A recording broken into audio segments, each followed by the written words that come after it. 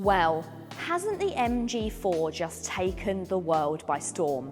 And now, hot on the heels of that great new car for MG, the 5 styling has been updated with a more modern, sleeker look, so not to sink in the background of the MG range. However, other than being tarted up a little on the inside and out, the battery technology remains very much the same. And is that enough to keep up in an ever fast-paced electric car market? Is this facelifted MG5 too good to be true? Or could it slot perfectly into your life at a pocket-friendly price? On today's video, we'll review the changes in more detail, comparing it to the previous model. Plus, get it out on the road in soggy Oxford to put it through its paces. Just before we get started, if you are new to the Electroheads channel, well, you've been missing out. Hit that subscribe button and turn on the bell notification to see lots more electric car and mobility content from me and all the team. The MG5 has a new, sleeker, sharper design at the front, with new LED headlights and also DRL light signatures. There's also a more modern, electric-feeling vertical grille, which is finished in gloss black. The badges have also been moved from the front of the car onto the top of the bonnet. I wouldn't say that the MG5 appears as striking as the MG4, but it is a vast improvement over the quite dull-looking predecessor. Plus, hallelujah, the wheels have also been changed. Previously, they were in quite a drab silver design. However, now they're a far more striking, visually appealing two-tone spoke alloy. Mind you, this is the higher spec trophy car. Let's not talk about the frightening ones on the SE design. Ugly buggly. Wheels still remain a very practical 17 inches, so it's clear that MG are still sticking with the tried and tested formula that this is a mile-munching, no-frills estate. Of course, just the fact alone that it is an estate makes it stand out in the market. It seems to be a design that other automakers have chosen to overlook, and therefore for the past 2 years this has been on sale, it's sat in a league of its own. And that doesn't seem to be changing anytime soon. The rear end has also been smartened up to balance out the look of the front. You've got some new rear light clusters that are far more interesting when they're lit up at night. You still have that nice chrome bar which links the two lights brought across from the previous generation car. However, MG have chosen to move the plastic part of the bumper slightly further down, again adding to a more simple yet stylish design. Now, surprisingly to me, the MG5's boot is actually slightly smaller than the MG ZS EV. But having said that, the ZS is impressively competitive. The space on offer in the 5 is comparable with the Kia Ceed Sportswagen plug-in hybrid and also the big booted Nissan Leaf. So it's perfect for family life. You should be able to fit in suitcases for going away or things like a buggy. I certainly think there won't be a lack of space for the majority of people. Inside, MG have done a really good job of making the 5 feel more premium and slightly more up with the times, with things like the new digital instrument cluster and new infotainment system, which I'll talk about a little bit more in detail. But what I do love that they've done is they've kept what was good about the 5. It's still very plush, it's still very comfortable. It's not quite as stripped back as in the MG4, and I actually think I prefer it. You still have this nice chunky steering wheel with physical control dials on the wheel, which you'd of course lost in the 4, and they were quite difficult to use. So this is more user friendly. You've got a nice dial for changing your different gear settings, reverse, neutral and drive, and this whole center console has actually been moved up a little bit higher in this new model to allow for a little bit of space underneath, but to just have a more comfortable position to be able to use your gearing. I also like the slight colour change as well. You now have this really light blue piping and also the frosted blue in between the air vents. It just feels a little bit brighter in here, a little bit more interesting than perhaps the previous generation car.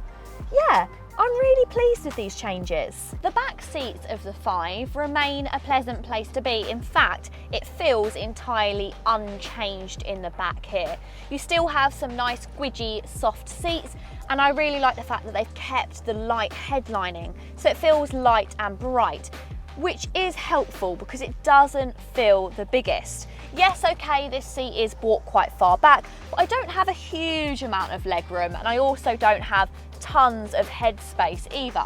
Though of course you do have to remember, being in the estate, it is slightly lower down. So you do have the advantage of a nice big boot, but space in the back isn't as big as I'd perhaps hope from an estate. But it's practical in every other way. You've got a pull-out armrest with a couple of cup holders, and you've also got a USB and USB-C charge port back here, as well as a little cubby hole and places to put your items in the back of the seats.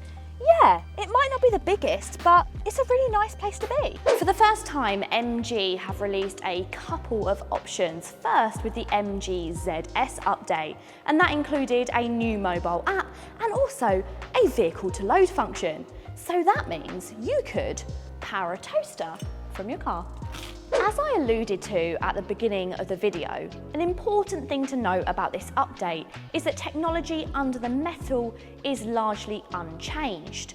Having already increased the size of the MG5's batteries a little while ago, MG isn't about to do that again. So, you still get a 61.1 kilowatt hour unit, plus a 154 brake horsepower electric motor, for an official range of around 250 miles, which for now is more than sufficient, and it actually already matches the not yet released Peugeot E308 and the electric Astra. Bigger batteries have actually been rumoured for the MG4, so I'm confident that in the next couple of years, the MG5 should be able to travel even further. Now that's something to look forward to. There's actually no longer a standard range version with a smaller battery as previously available. And this is due to the demand. Everyone was always choosing the larger battery anyway. So MG have decided to ditch the smaller one. The MG5 manages to accept up to 87 kilowatts of power whilst charging.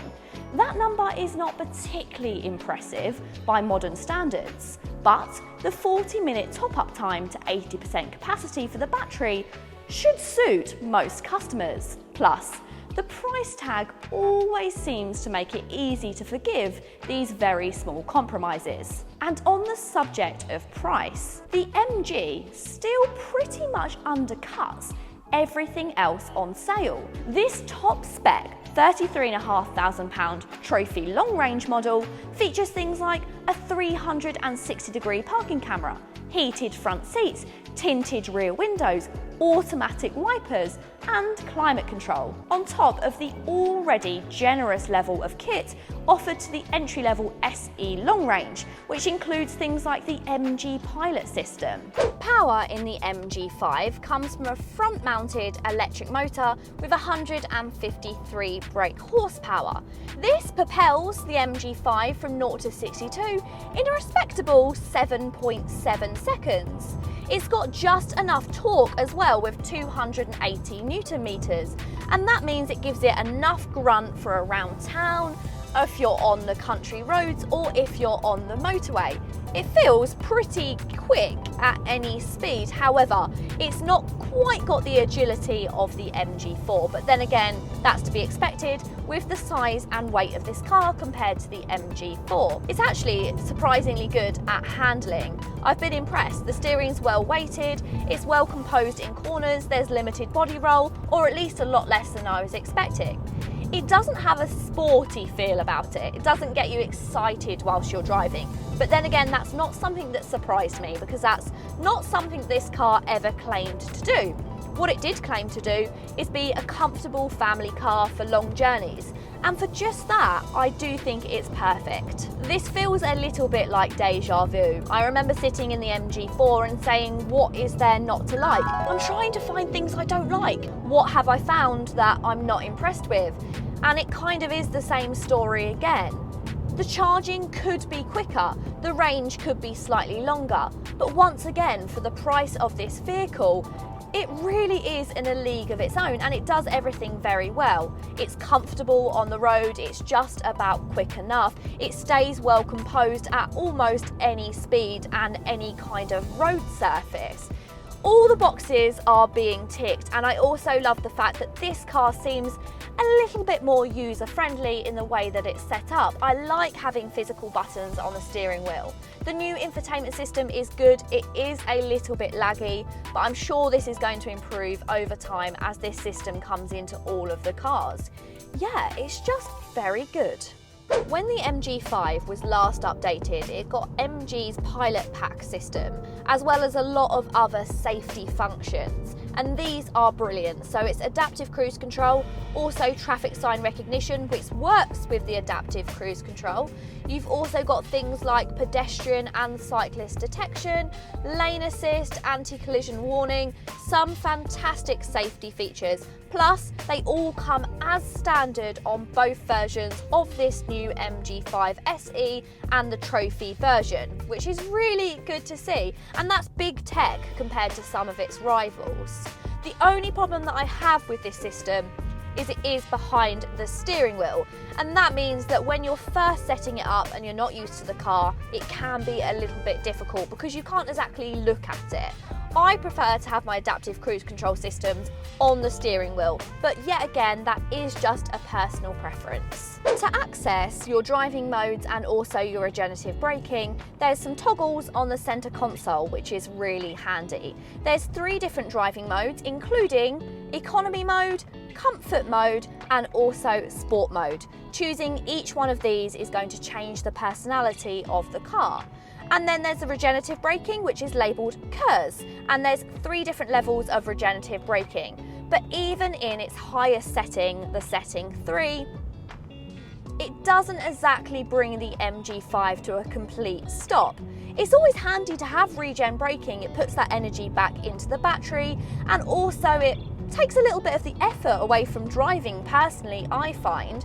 But if you are looking for an I-pedal drive or a one-pedal drive, then unfortunately the MG5 doesn't quite have that. Owners of the previous generation MG5 often only have good things to say about it. In fact, the only complaint that I've come across is the lack of mobile app. But MG have now released the MG iSmart app, which allows you to control many functions, including charging, checking your vehicle status, and finding your nearest charging point. Plus, the all-important electric pre-starting the climate control to cool and heat your MG5. It's not available on the previous generation car, but does work with both versions of the MG5. It clichély does exactly what it says on the tin. This car is a practical, no-frills, comfortable electric estate. And of course, there's also the fact that MG matches Kia with a 7-year warranty too. In many areas, and certainly the ones that count, the MG5 makes a solid case for itself. Let's face it, it always did, but now with its new stylish look and technology, the proposition is even more convincing. But let us know, what do you guys think of the facelifted MG5? Have they done enough to keep it fresh? Or was you hoping for slightly more range? Let us know in the comments down below. If you've enjoyed the video, please go ahead and give it a big thumbs up. And if you wanted to see more videos from me and all the team at Electroheads, then go ahead and hit the subscribe button. Until next time guys, see you later.